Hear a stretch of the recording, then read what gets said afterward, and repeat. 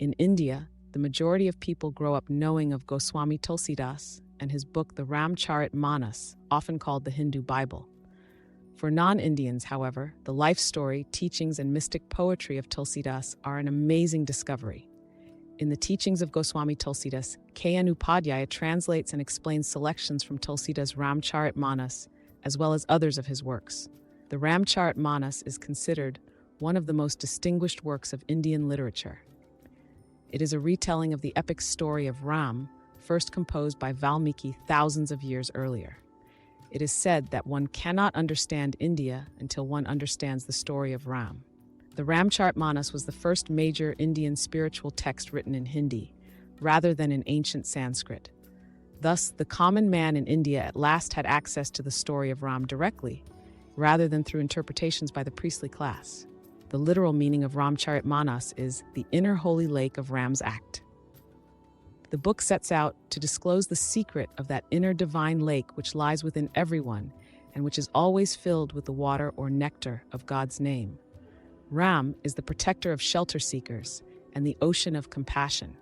He will grant you shelter, forgetting your offenses, if you turn to him for refuge. The theme of the shelter seeker has parallels in Tulsidas' life.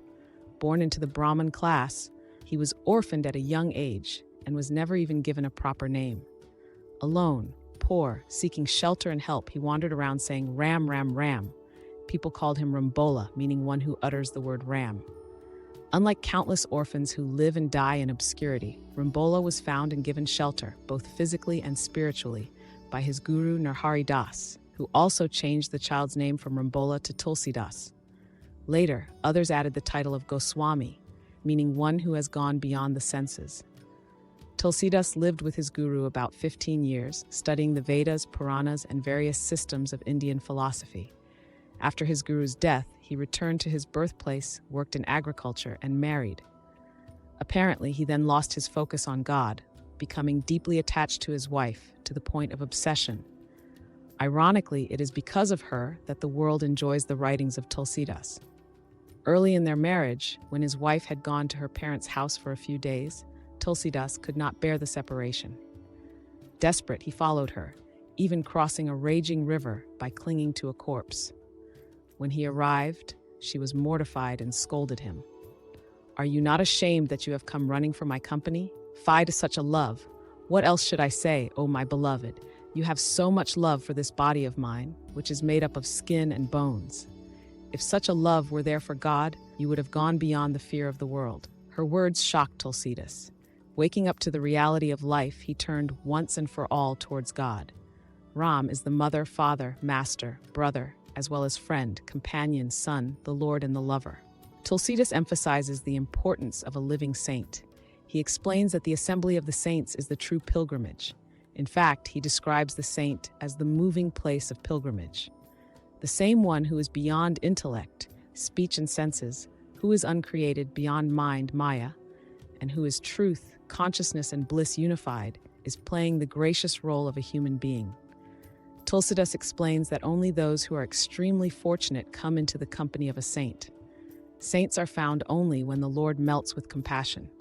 He goes so far as to say, the company of the saints is the root of all joy and blessings. Tulsidas also emphasizes the great good fortune of obtaining a human body. There is no form as good as the human body. Every living creature yearns for it. It is the latter that takes the soul either to hell or heaven or to final deliverance.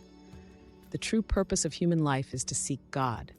The one who always looks upon Ram as his only goal, he alone truly lives in the world, says Tulsi. All others are mere corpses moving around in living forms. Tulsidas warns us not to get caught up in worldly attachments. Son, wife, home, friends, and family, look upon them as highly distracting company. Give up attachment for all of them. Equip yourself with equanimity and sit in the company of a saint. Reflect and see, what is the purpose of this human body? Ruin not your real work, O fool. This real work is to realize the true sound. Without the realization of the true sound, tell me, who has not gone astray? It is only when the light of the inner sun arises with the grace of the Guru, the manifest form of God, that a rare few come to know the true sound. But this blissful sound cannot be described. It must be realized through meditation. The mystery of the sound and light is an indescribable tale. It can only be blissfully realized, but cannot be described. Tulsidas enjoins us to practice meditation in the comfort of our own homes, within the context of our own lives.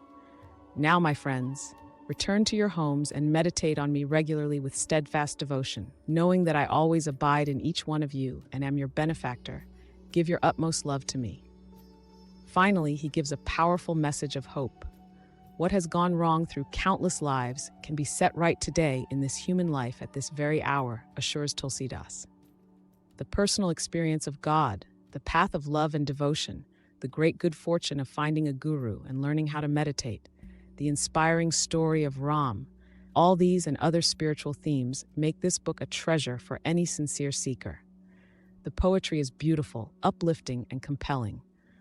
One finishes the book thrilled with the timeless, universal message of mystic possibility, eager to experience for oneself what Tulsidas experienced in his lifetime.